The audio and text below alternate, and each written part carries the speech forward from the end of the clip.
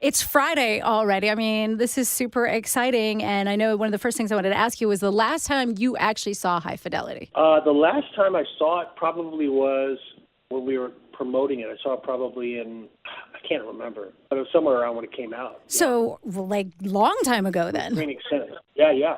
And we premiered it at the Chicago Theater, so that was pretty cool. And Mill Entertainment said, hey, do you want to do a screening of some of your old movies? And I said, well, as long as they're the good ones and not, I said, sure. And High Fidelity is clearly one of your favorites. Well, it was one of the ones that worked out. So, you've been doing like High Fidelity, Chicago Theater. I said, that's where we premiered it. So if people want to see it, it'll be fun to see the house rocking and people enjoying the film. Yeah, do you like watching it with people who are watching it? Do you kind of look to see their faces and how they're enjoying it? No, I mean, I don't try to watch it too much, but I can't deny that it's pretty fun when you see screenings of the old movies and people are really into it and they're cheering and kind of know every moment and curve. It's pretty cool. Yeah, it's got to be very gratifying. I'll check in and just get a little taste of it, then I'll sort of check out. But I try not to. If I watch myself too long, I start to feel like, I screwed it up. I think we all do that. It's nice to know you're human. What would be your favorite current movie? Say I know you're a big older movie guy, but say in the last decade, what's something that kind of stands out to you? Oh, man.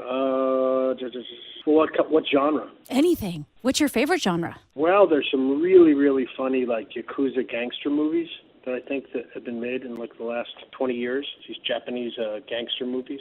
But they're actually some older ones, but there's some newer ones that are pretty wild and funny. Wait, what are they called? Yakuza? What are they? Yakuza. I've never heard of that. It's like basically it's a Japanese gangster genre. Oh my God, I'm so going home to check that out now.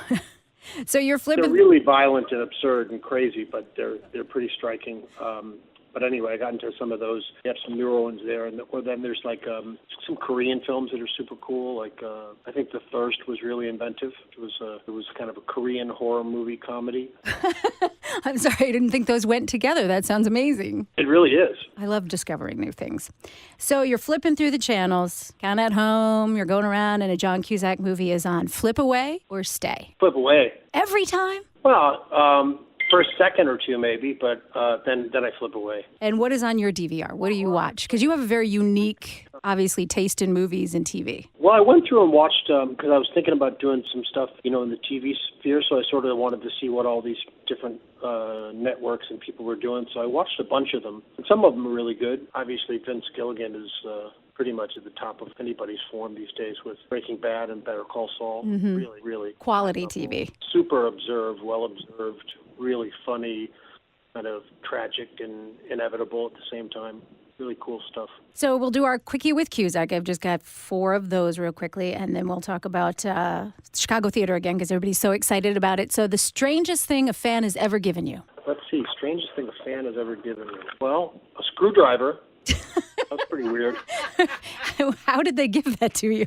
I don't think you really want to know. But I was going to say, is it a commentary that went with it, or? No, it was sort of like it was just weird. No, they left it for me at my house. I was like, was that a threat? Do they want me to fix something? What's going on? Or there's a whole nother way you could go with that, which is equally as disturbing. Yeah, it's endless. It's endlessly disturbing. What about the first job that you had that wasn't acting?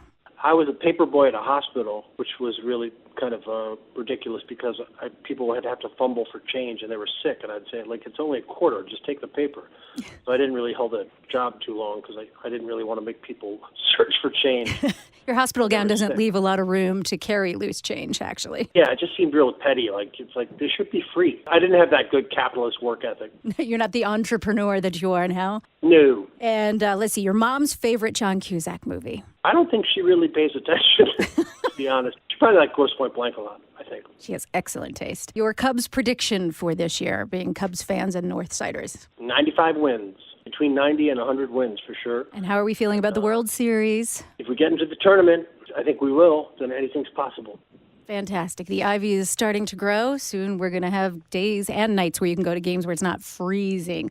So, again, the details of the event, it's May 4th, which is this Friday, which so happens to be Star Wars Day. That's the nerd in me that has to bring that up. It's at the Chicago Theater, and you're going to do a question and answer after? Yeah, I thought that'd be fun. So people can ask whatever they want. So it's actually the audience will ask you, and it will be somebody will kind of relay those to you, so it's not a free-for-all. I was hoping it would be a free-for-all. All right. That sort of seems more fun to me, but, they might keep it organized, which might not be as much fun. All right. Well, we'll hope for a free-for-all. So it is this Friday at the Chicago Theater, where actually High Fidelity premiered, and you'll be back to take questions after. Yeah, absolutely.